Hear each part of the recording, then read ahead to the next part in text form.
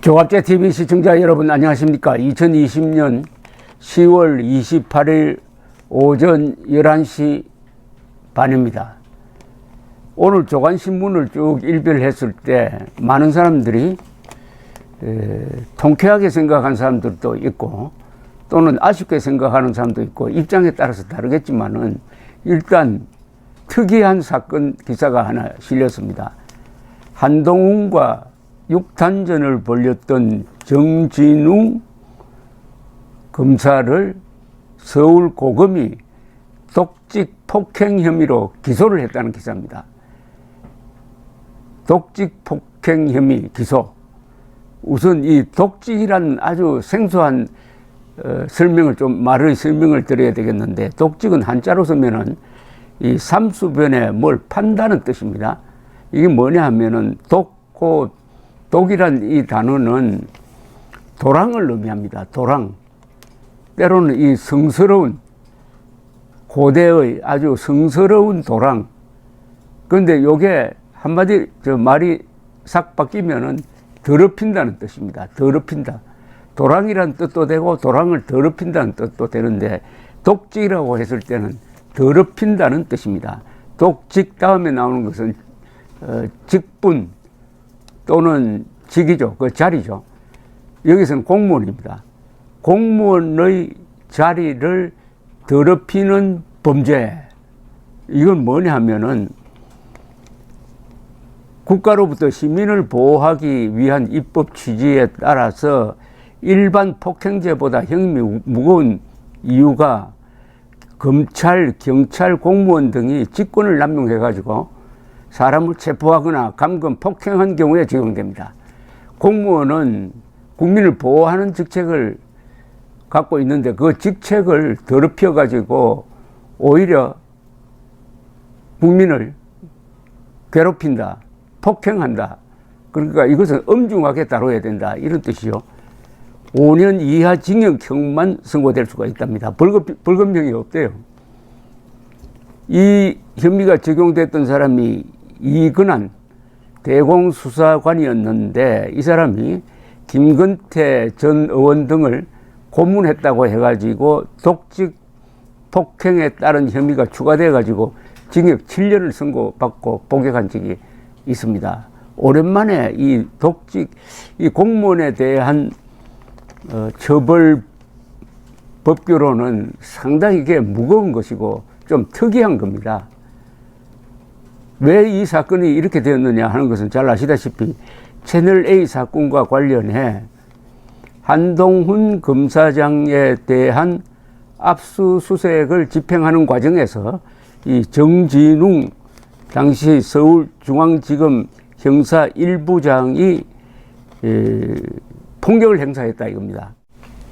이 사건의 발단은 말승만은 이른바 검언유착 사건, 이른바입니다. 이른바. 즉 한동훈 검사장과 채널A 기자가 짜고 유시민을 잡는 취재를 시작했다는 지금은 이미 거짓말로 밝혀진 이 소문에 따라서 서울중앙지검이 수사를 하니까 윤석열 총장이 거기에 무리한 수사를 한다 해가지고 제동을 걸려고 하니까 법무장관이 수사지휘권을 발동해가지고 윤석열 총장의 지휘권을 박탈한 바로 그 사건입니다.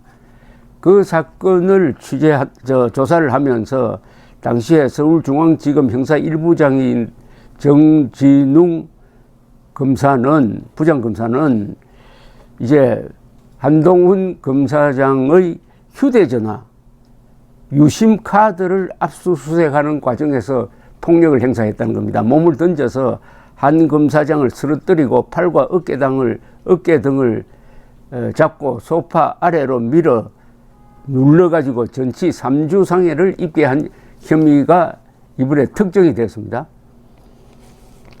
서울고검이 조사를 했습니다. 서울고검이 정차장 검사를 감찰 도중에 피의자로 전환하고 이날 기소까지 했다는 건데, 이렇게 된 데는 당시 그 현장에 있었던 육탄전이라면 조금 말이 안 맞군요.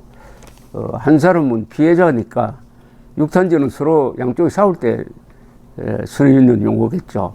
어쨌든 그 압수수색 현장에 투입됐던 검사와 검찰 직원들이 정 차장 검사가 한 검사장에게 물리력을 행사한 건 사실이라는 취지로 진술한 것이 결정적으로 작용했다고 언론은 보도를 하고 있습니다. 그런데 이렇게 정진웅 씨는 그 뒤에 광주지검 차장검사로 옮겼습니다. 그런데 왜 이런 무리를 했느냐 하는 것은 이 정권이 이 수사를 이른바 검언 유착 수사를 내리누르고 법무장관이 뒷받침을 하고 하는데도 불구하고 지난 7월 24일 외부 전문가들로 구성된 검찰 수사심의위원회가 한동훈 검사장에 대해서는 수사를 중단하라, 불기소하라고 권고를 했습니다. 그러면 대부분의 경우 받아들여졌어요. 그만큼 수사가 무리가 있었다는 거죠. 그렇지만 여기에 수사 중단을 하지 않고 계속 수사를 결정을 하니까 이 정진웅 씨도 상당한 심리적 압박을 느꼈지 않느냐. 그렇지 않으면 그렇게 돌발적 행동을 하지 않았을 것이다. 이렇게 보여집니다. 그런데 당시에 한동훈 검사장이 폭행을 당한 이 사실이 언론에 보도되니까 서울중앙지검은 오히려 한동훈 검사장이 물리적으로 압수수색을 방해하여 정 차장 검사가 다쳤다면서 정 차장 검사 당시는 부장입니다. 압수수색 직후 병원에 정진웅 씨가 입원한 사진을 공개를 했습니다. 그러니까 오히려 한동훈 검사장이 공무집행을 방해했다는 취지로 주장을 했는데 서울고검의 감찰 그리고 수사를 통해서 그게 사실이 아닌 걸로 밝혀진 셈이 되었습니다. 채널A 사건 수사를 맡았던 정 검사가 독직 폭행 혐의로 기소되면서 이 사건 관련 수사 지휘권을 발동한 추미애 법무장관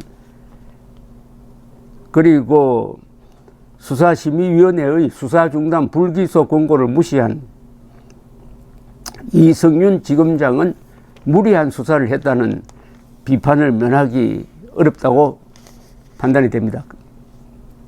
정진웅 씨는 어제 기소를 수긍하기 어렵다며 향후 재판에서 당시 직무집행행위의 정당성을 적극 주장할 예정이다라고 했습니다. 어찌되었든 이 고문경찰관에게 적용되었던 이 독직 폭행이라는 이 죄명이 이 정권에 충성하는 검사에게 적용되었다는 점에서 좀 생각을 하게 만듭니다. 아직은 검찰의 독자성이 살아있다는 거죠. 결국 이것은 추미애 이성윤으로 이어지는 이 친정권 검사 또는 법률가들에 대한 타격이 되겠습니다. 서울고검이 제대로 조사를 했다는 느낌이 듭니다. 이게 이제 재판 과정에서 어떻게 될지는 또 변론으로 하고 어찌되었든 독직이라는 이 말이 이제 국민들에게 하나의 법률 용어로서 좀 귀에 익게 되었습니다. 독직, 공무원이 자기 직책을 더럽히는 행위. 그런데 지금 독직하는 공무원이 한두 사람이겠습니까?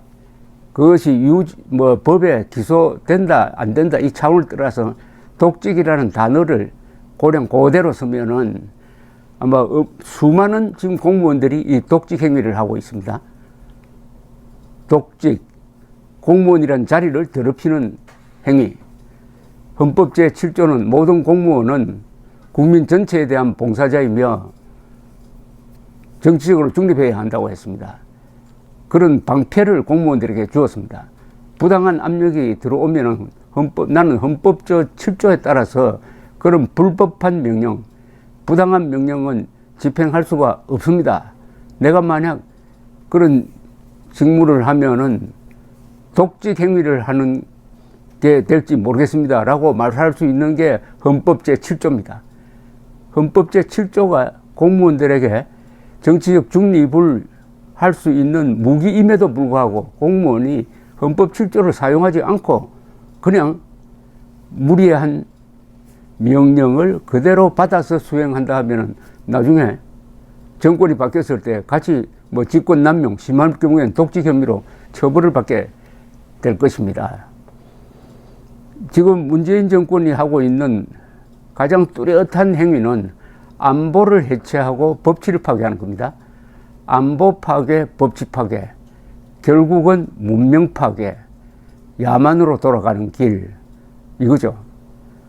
오늘 신문도 보면은 아마 실린 기사의 한 10개 정도는 정권이 권력을 앞세워 가지고 법치를 무시하거나 법치를 파괴하고 법치의 바탕이 되는 사실을 무시한다.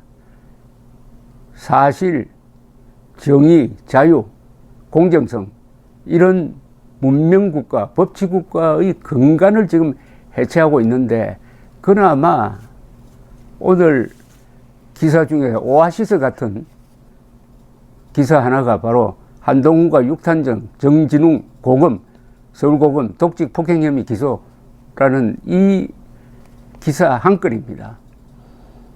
그러나 이 한 건이 중요하죠.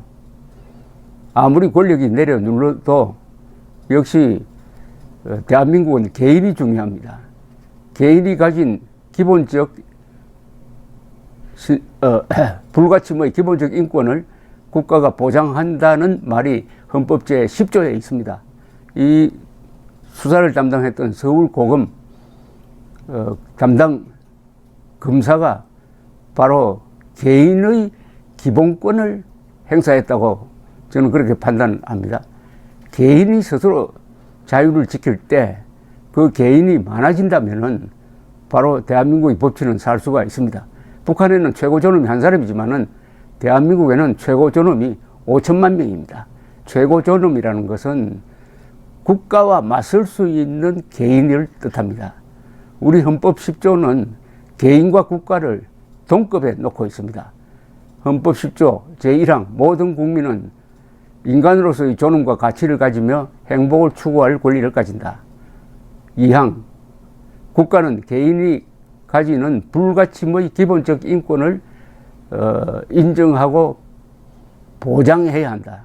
보장해야 한다. 바로 이것이 모든 국민, 5천만 국민을 최고 존엄으로 만든 우리 헌법의 심장입니다.